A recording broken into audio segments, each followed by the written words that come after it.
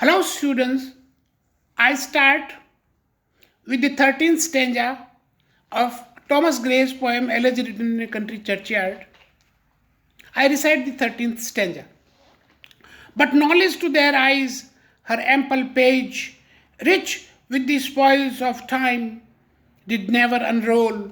Chill penury repressed their noble rage, and froze the genial current of the soul.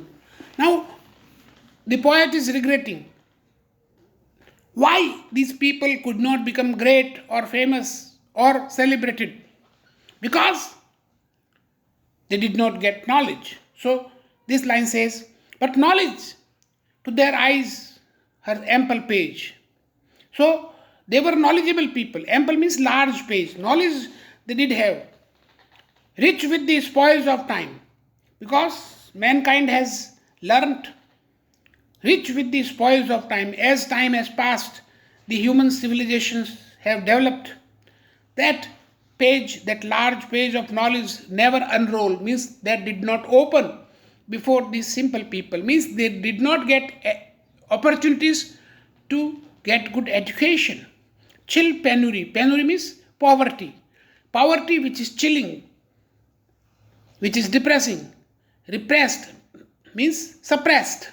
Stopped their noble rage. Rage means desire or ambition. They may have had noble desires, great desires, but their desires could not materialize because of the chilling poverty, and froze. Because it is chilling, so it froze the genial current of the soul. So their souls may have been benign, gentle, good, but they could not do noble things because of their poverty. Now, the 14th stanza celebrates.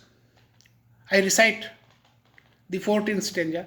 Full many a gem of purest ray serene, the dark unfathomed, the caves of ocean bare. Full many a flower is born to blush unseen and waste its sweetness on the desert air. Now, this stanza is a very celebrated stanza, and this may be asked for explanation. And what is the meaning of this first line of this stanza? Full many a gem. Gem, you know, gems, diamond, ruby, sapphire. And purest ray serene. Serene means without any blame. And these people of this small hamlet are, like gems. They are wonderful people. They don't have any defects. The dark, unfathomed caves of the ocean bare. So, those caves of ocean where nobody can reach, they are inaccessible. There are lying these wonderful gems. Similarly, these gentle people, honest people, hardworking people are working in a remote place, and they are away from the city centers, and they are away from celebrity.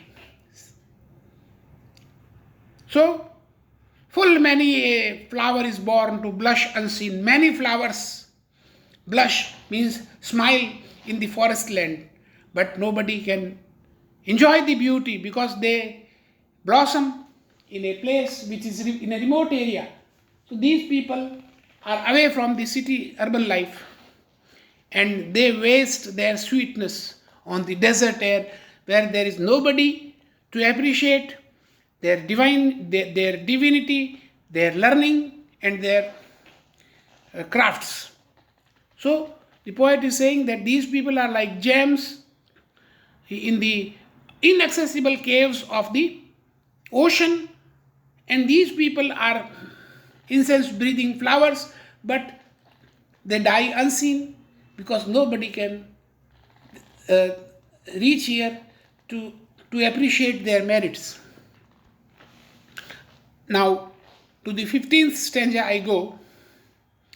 Some village Hampden, that with dauntless breast the little tyrant of his fields withstood, some mute inglorious Milton here may rest, some Cromwell guiltless of his country's blood. So, you may have heard the story about Hampden, Hampden, who was a person who stopped the misadventures of Charles I, who was a cruel king, and Hampden, with all his bravery, dauntless breast means with his bravery, he stopped the excessive taxation by Charles I. So here in this small village could have become some Hampden, but they did not come to notice. The little tyrant of his fields withstood means stopped the tyranny, the unruly law of Charles I. Some mute means silent, inglorious means unfamous. Milton here may rest. Milton became famous because he was brought up in a big, large city center. And even Oliver Cromwell, who became Lord the Protector after the sentence of Charles I. So they could also become great leaders like Oliver Cromwell, but they did not become Miltons, they did not become Cromwells, they did not become Hampdens because they did not get opportunity. But okay, if they did not become great, at least they were not guilty of their country's blood. Means Cromwell had incited a lot of people and he had led the civil war in England, and therefore he was responsible for the killing of so many innocent people. But these people of small hamlets did not do any crimes. If they did not get fame, their souls were saved from crimes also. The applause of I begin the 16th stanza for you. The applause of listening synods to command, the threat of pain and ruin to despise, to scatter plenty over a smiling land, and read their history in a nation's eyes. What do the politicians do? The politicians get the applause of the synods, of the parliament, because they are popular. All the people sitting in the senate, they praise the great leader, the prime minister and the others. And what do the politicians do? They threaten other people by inflicting pains on them, or they hate them and they threaten them to ruin their future. And they scatter dead body over a smiling land. Means a country may be prosperous, but the politicians, by waging a war, can ruin that country, can ruin the productivity of that land, and they make themselves great because they do declare war on other countries and destroy them. So read their history in a nation's eye and they think that they have made their nations proud, but they have caused sorrow to humanity. And these people, these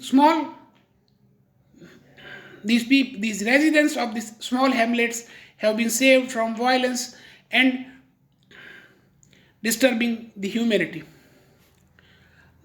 Now friends, I take up the 17th stanza with you. Their lot forbade, nor circumscribed alone their growing virtues, but their crimes confined, forbade to wade through slaughter to a throne, and shut the gates of mercy on mankind. This is the most wonderful stanza in this poem. So the luck of these people was simple, but their poor luck, their lot means luck, forbade means did not allow, nor circumscribed alone means their luck, because they were born in this small hamlet, their luck controlled them. Not only their virtues means good qualities, but their poor destiny stopped their crimes also.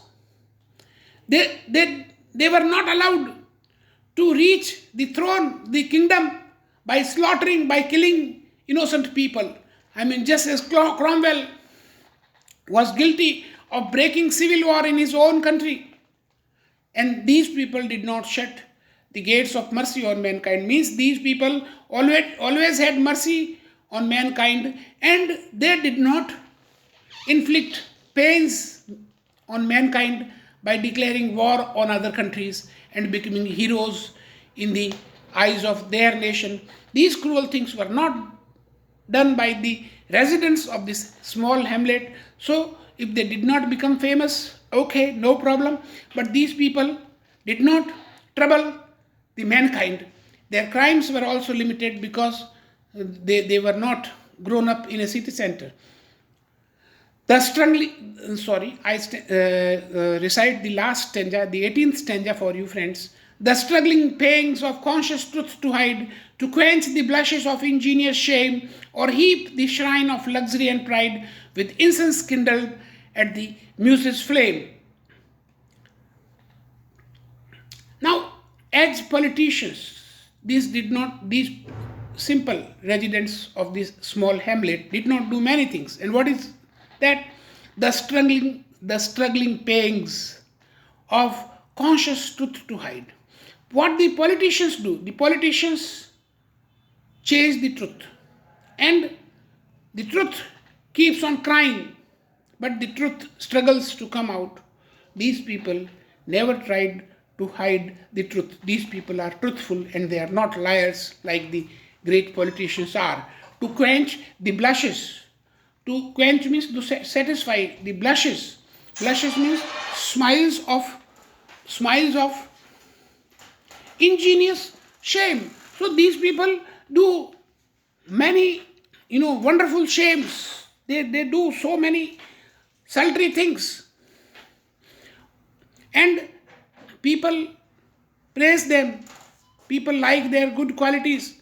Heap the shrine means temple of luxury and pride. What these politicians do? They only increase their popularity, their false praises, and their pride. And these people did not turn the lie into truth, so they did not get access to luxuries, and they were saved from being proud. With incense killed at the muse's flame. And there were people to praise, poets. And these were the patrons of the poets, these rich people, the politicians, who gave patronage to poets, and poets sang many beautiful poems full of flattery in the praise of these politicians, in the praise of these royal people.